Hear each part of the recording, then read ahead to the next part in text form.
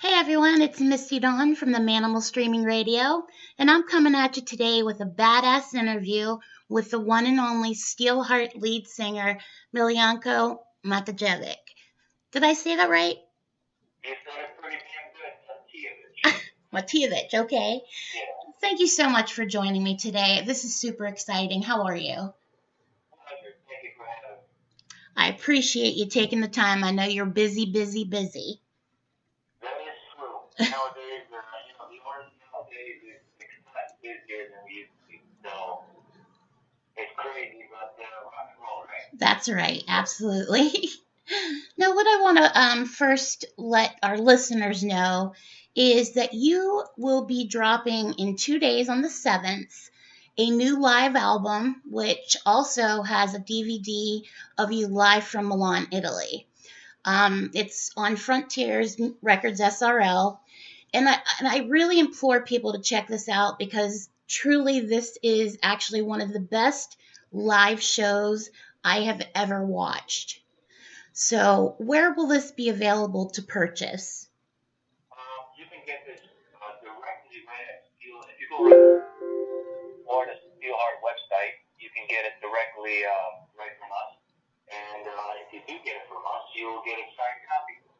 So you can get it there, or you have to get it through Frontiers, which is it'll be out of Italy. But if you get it here, you'll have it sort of today. Okay. So this is 30 years for you guys. How amazing! What an amazing way to celebrate. What I cannot even believe 30 years went by. I mean, partially I feel I can see it, and then the other part was a blur.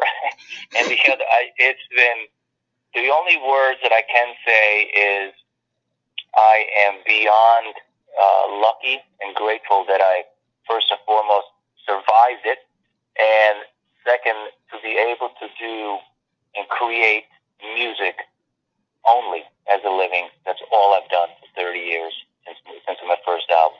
What a gift. I have to thank all the fans and everyone else for that. Well, you're incredible. Your voice to me is still as badass as it was when you started. And vocally, how do you feel you've changed from Steelheart back in the day? I think, I really feel I've grown up a lot. Of course, you get older, you get bit in the ass a couple of times, and you start, kind of watching those dog bites. You don't want to get bit again. But I really feel that, I just, I see, like I said, you grow older, you see a lot more, and you understand a lot more, and appreciate a lot more. Especially after my accident back in '92, I've always respected so much more of life and everything that happens. And today is like, what's really crazy? What's that? I feel like Steelheart and myself, it's just like a new beginning for us. It's just something's really opening nice and blossoming, and the energy's really good. The new music that creating I think is really good. Just happy. So maybe the word would be, to sum it all up, wiser and happier. That's in a weird way. Absolutely, because you can actually tell that. When I was watching the DVD, I was just like, there's just like some kind of great aura that you just like project. And it's a feel good, it felt good the whole way through the whole video. Oh, thank you. Well, that's the whole point. I mean, my theory is music is freedom, right?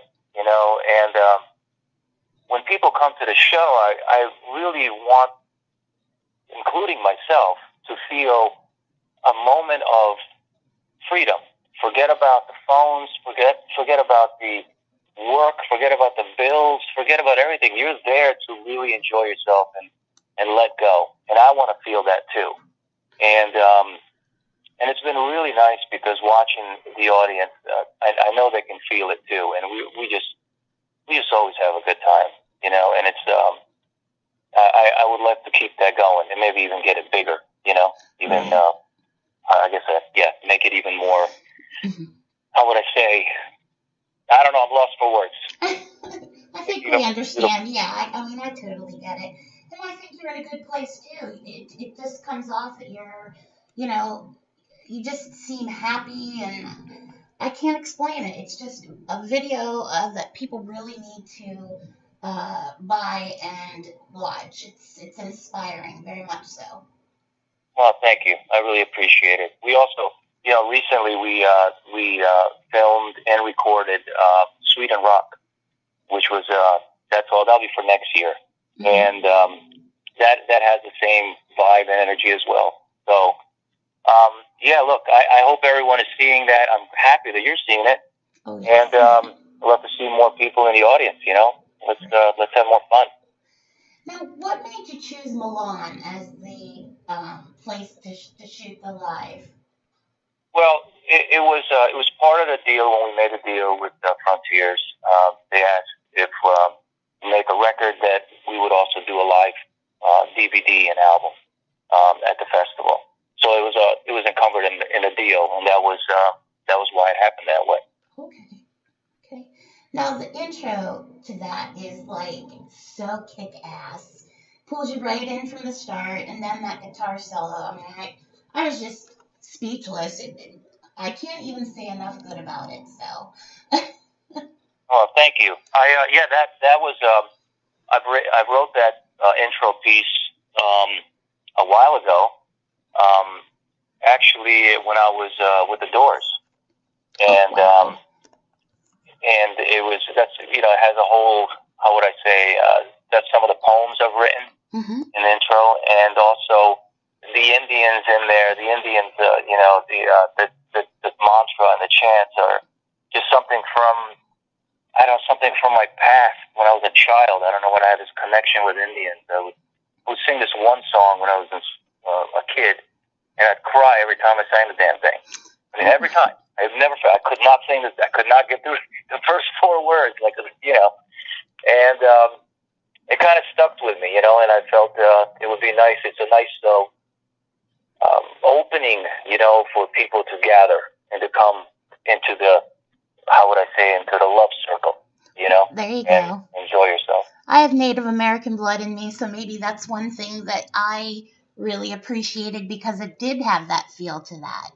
Right. Most definitely. And you've always had such great range. And the one thing I totally love about you, among many, is your signature, like, lean back when you're going to go for those high notes. It's just like you're pulling that from your toes the whole way up through your body. It's an amazing thing to see, really. Yeah, it literally is from my toes. It really is, because it's not something that that, I don't know. That's what it is. That's where it comes from, and that's what I do. I got to do that whole. It's a whole full physical body scream, Right. and it takes energy, and I don't know. That's just the way it works with me. It's the gods coming through the earth or something. I don't know. When you lean back, you're right. The fans are ready for what's about to come out. That's for sure. That's awesome. Good. I love it. I love hearing that. Now you have all the Steelheart classics plus your song "My Dirty Girl" that was on the album you released last year through Worlds of Stardust. That song has such a gritty feel to it, and I think the title of that is perfect. Perfect. Yeah. Well, we actually filmed a lot of footage in Tokyo for that song. Another thing I noticed is that the DVD has one extra song like never before. Why was that just on the DVD? Because it wouldn't fit on the CD. It was too long. The whole album, having all the songs on the album, it wouldn't fit, because you can only do so many minutes on a CD, and I think it was over the limit. So I believe they fit it on the DVD, but not on the CD. That's the truth. It's a great, simple as that. Great, I love that. I love it very much so. Now, are you touring for anything in particular? Like, are you touring to promote the live album right now, or do you have upcoming shows? Yeah, there's several shows already booked for next year.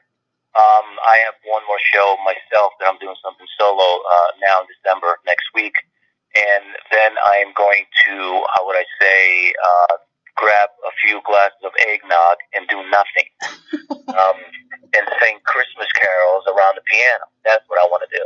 There you go. Which I don't know if anyone's heard. Did you guys, anyone hear my Christmas song that I just put out? I haven't heard it, but I'd love to. Okay. Well, I just put out the Christmas song, and like a couple of years ago, I also did Hallelujah with a choir and orchestra and a piano. And this is just piano vocals done like Frank Sinatra meets Nat King Cole. Oh my! Yeah, well, I'll send it to you. And then we have, next year starting to build the shows, and we have the Steelheart 30th anniversary, which is really important. I mean, it's been crazy, 30 years of Steelheart, and it's now we're going to be doing a full album. We're going to have an album out for that. We're going to re-record some songs and memorabilia, a book, whatever I think we could think of that people would love to contribute or to have in this package. We're going to create, and then we're going to release that probably at the end of next year. That's going to be incredible. I can't wait for that. I think there's some really good, and we had a lot of beautiful responses from the fans because I asked everyone to send me in their track listing, pictures, photos, dirty videos, whatever they got. You know what I mean? Whatever happened during the journey of those 30 years that we all went on together to send in, and I have a pretty big file of what we're going to do. So it's exciting. I'm really excited to put it together. Now, this show was a tribute to your late guitarist Kenny Kanowski. Yeah. Now, that was a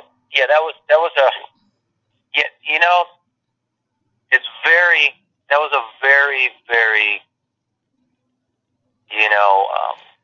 how can I say surprising. It kind of caught me by surprise, because it was it's hard to talk about it. Honestly, we have a mix, we got to finish it, and I could not. I mean, I couldn't even get myself in a studio to listen to it. So months went by before I was able to even respond to everybody, what I liked or didn't like. Right. And I almost bagged the whole project. It was just too much, Right. It was just too much. But I'm really happy we did it, and I know Kenny would be happy that we put it together. And it's just sad, It's just a sad moment. Kenny was a great writer, great singer. He was like a brother, pain in the ass half of the time, but I loved him anyway. We argued like brothers, but we also spent a lot of time, energy, and stages, and had great times, just yapping. So, right. Send love to him, right? Right. Well, we at the Manamal, are really sorry for your loss there. He was an incredible musician. Now, have you brought anyone new on board? Yeah, I did. As of last January, I really refocused and kind of, how would I say, restructured everything. My record company, Steelheart Records, which is really important. That'll be the future of all releases of Steelheart and Miljenko, and just new guitar player, Joe Pesha, which is he's just a awesome guy, wonderful human being, amazing guitar player, and Martin Anderson also joined on. Martin Anderson was with Lizzie Borden, and Doc, and Joe was with Tantric and also with Nuno Betancourt. Used to do it in the band together. Oh wow! So I got everyone's. Mike is still with me, Mike Humbert, who has been with me 14 years now. Amazing drummer. Yep. How can I say? It is like the whole team between the lawyers, the business managers, the marketing, everyone on the team is absolutely easy and a joy to work with. I mean, that is like, a dream team that I know everybody. I know the musicians and the artists out there would love to have something like that. And that's what it is right now. I'm lucky that it's come to that. Certainly are blessed for sure. Now I always get some fan questions, just because, inquiring minds want to know. So, I do have a question from Matt W. from Philadelphia. He wants to know if you have a certain workout routine. Yeah, actually, interestingly, right now I got a little bit of an issue with my hip because I hurt myself traveling through all the airports and sitting in the studio working on these records and sitting on airplanes. So I bruised my hip a bit, but usually what I do is every day I go to the gym every day. I run and I do full workouts and a lot of stretching, and then after that a really major shake, protein, beautiful, healthy shake, and warm up and off to the studio, start rehearsing and singing and creating. That's basically all I do all the time. You can tell. Oh, thank you. And Cynthia T. from Texas would like to know what your hobbies are when you're not touring or doing shows. My hobbies, I tell you, is literally doing nothing. The one thing I do is I'll put music on with no vocals because I don't want to hear anyone sing, including myself. Just a little bit of a break, and honestly, just hanging out with my girl. I mean, just really low key. Love going to the beach. Love going to the sea, and dinners. That's it. I mean, really low key. I'm not considering the amount of work and traveling that I do all over the world. I'm really happy when I'm just home doing nothing and just hanging out with my girl. That's great. Yeah. Nothing better than the little things, is there? That's what I'm talking about. And our last question comes from, this is my favorite question, by the way, this is hilarious. Brian M. from Indiana wants to know, who is Eileen and why does everybody love her? Oh, well. Boy, do you want to know the truth or should I fabricate? You do whatever you want to do. Eileen, okay, so let's just say the names and faces has been changed for, how do you say that, for security purposes? Yes. Yeah, okay, so I think I told you everything that you needed to know, right? Read between the lines on that one. Right, got that. Okay. Let's see. And my personal question that I enjoy asking is, if you come from a musical family, who would be the musicians in your family? The only one, my mother. My mother had a really beautiful voice. Okay. And now I notice you have yourself quite a huge fan base in Korea. Why do you think, I've noticed with a lot of the bands from the 80s and 90s, they tend to get overseas, later in life, they seem to the United States people, their 80s music and stuff like that. Why do you think that happens? But I can say with Steelheart, we've been going to Asia since 1989. Steelheart actually started their whole journey in Japan, and